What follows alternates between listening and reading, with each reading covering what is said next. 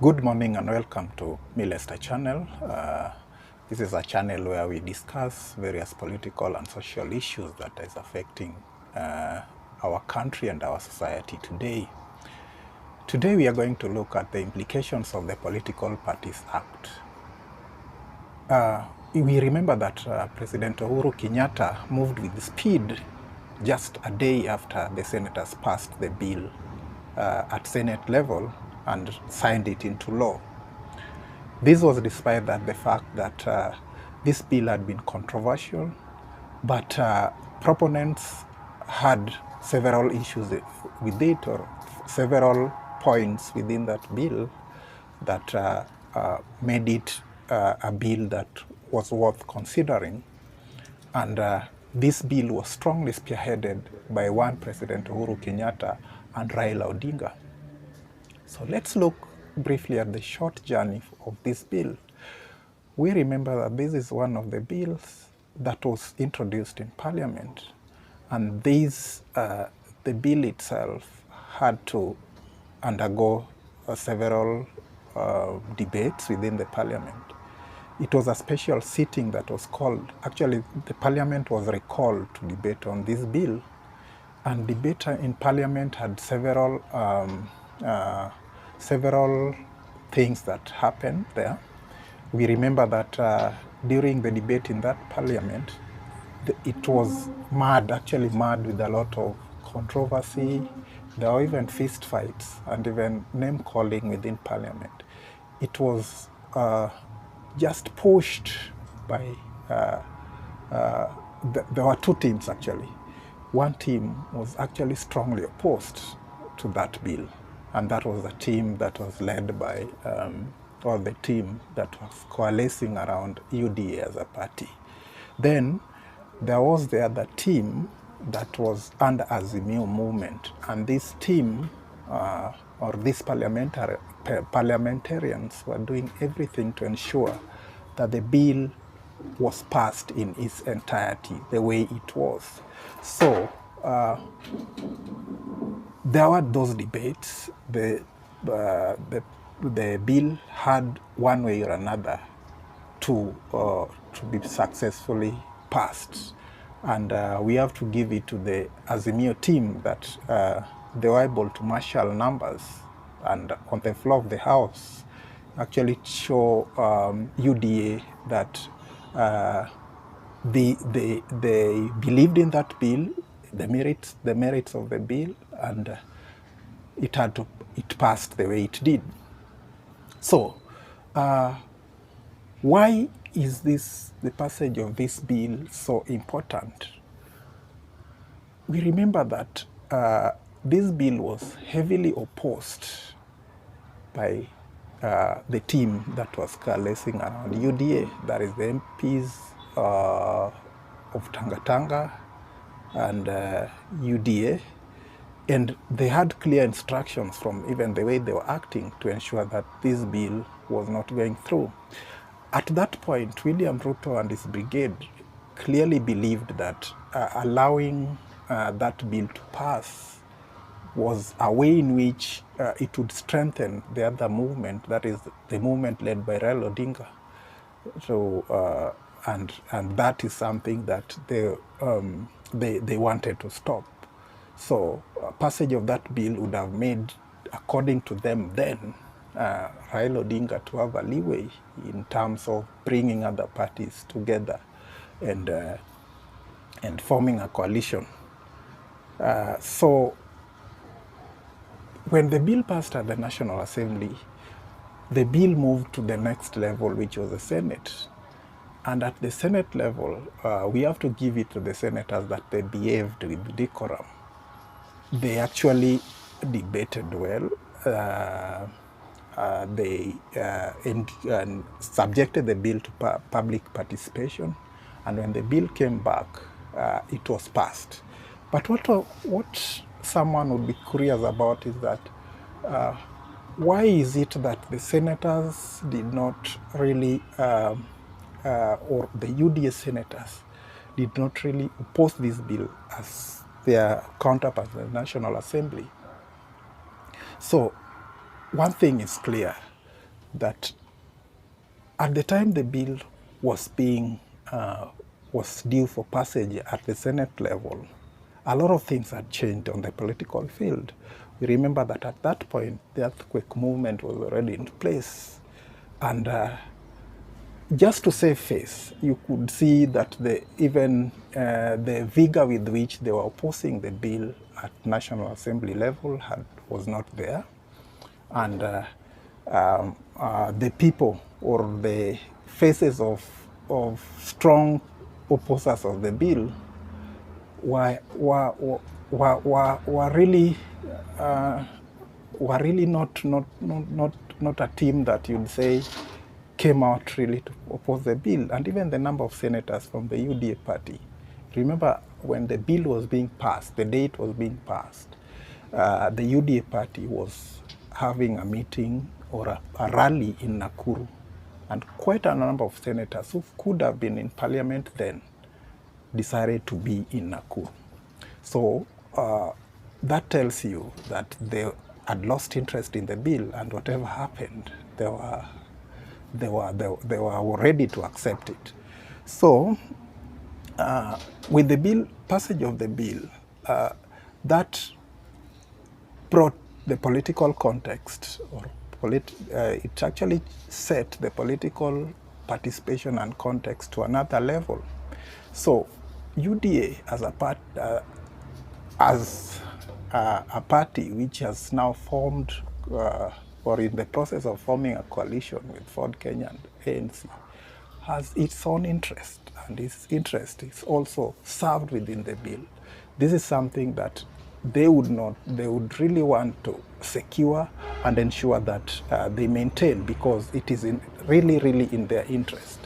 You remember that when the bill was passed, actually one Senator Sakaja and his and other teams, particularly Senator Sakaja, had said that this bill right now would serve us even more than it would serve Azimio.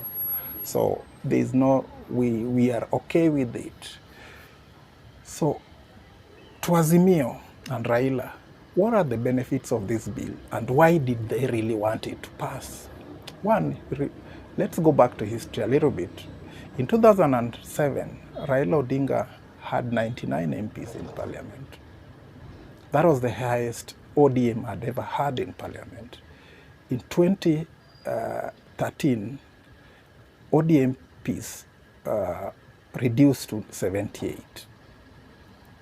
And in 2017, there was a further reduction, and the number of ODM MPs who were elected were actually 59. These are, if you see there is a clear trend in terms of reduction in the numbers of the people who are participating or who are elected on that ticket. And this is something that the ODM team and even the political players were really keen. And it is linked to the bill in the sense that, or in the act right now that it has been passed, in the sense that the more numbers you have in parliament under your party, and by extension the coalition, the stronger you are. So it cured one mischief. The bill is intended to cure one mischief, which also could contribute to loss of MPs within ODM party, and by extension even the other parties. One is that when someone loses a nomination, they quickly jump to either another party or become independent candidates. But that is not allowed in the bill currently. What that act right now says is that once you contest within a particular party and lose, you do not have a chance. You are barred from jumping to another party or going as independent. If you decide to go independent, that decision, you have to stand by that decision from the time go. You don't change your mind to go independent. The other mischief that perhaps this bill was meant to also correct or or to handle is the issue of nominations and particularly political party nominations. That political party nominations have to be done like 3 months to elections. And that is around 120 days. So you have to have been clearly a part of a political party, and that formation has to exist around that or within that time. This is something that also the bill or the law is expected to actually handle. And the issue of independent candidate, you have to be clear from the outset. And as I said, this is something that will that will be really a thorn on the flesh of most politicians, because they are fond of jumping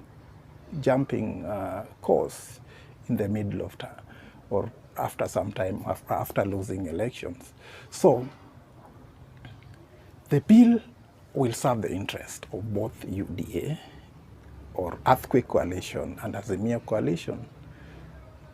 And William Ruto himself is a smart politician. He knows right now that the passage of the bill is also in his interest. And that is why, even though some of his party members have threatened to go to court or to try and stop this bill by any the law, by any other constitutional means, that attempt, I'm not seeing it coming to fruition. In fact, I won't be surprised if they eventually do not end up in court, because the law right now, the act right now, supports their interest. So, just for example, the issue of zoning also may come in. And I think, although this is something that has been discussed, and perhaps some political players or even candidates have looked at it like it's something that is not really here or there. But I think to some extent, if these coalitions have to exist, then they'll have to agree amongst themselves that they'll zone certain areas. For example, there's no need of an ODM candidate or even for an ODM aspirant to actually try his luck or vie for a parliamentary seat in somewhere like Nyeri. It would end up dividing the vote for no reason. If you look at, for example, Lang'ata, NASA lost Lang'ata because they had to divide that vote.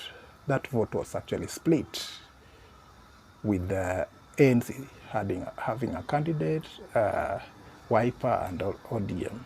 So if you look at the overall vote count for the three parties, then that would have easily given the seat. So those are some of the things that I think they will be discussing. But above all, that bill is now law, and parliamentarians or political players will really be keen to ensure that they play along, and they look at anything that would lock them out of the political context. Political interests have always sufficed, and in this case, President Uhuru Kenyatta and one Raila Odinga have set the rules in the political arena, and give it to them.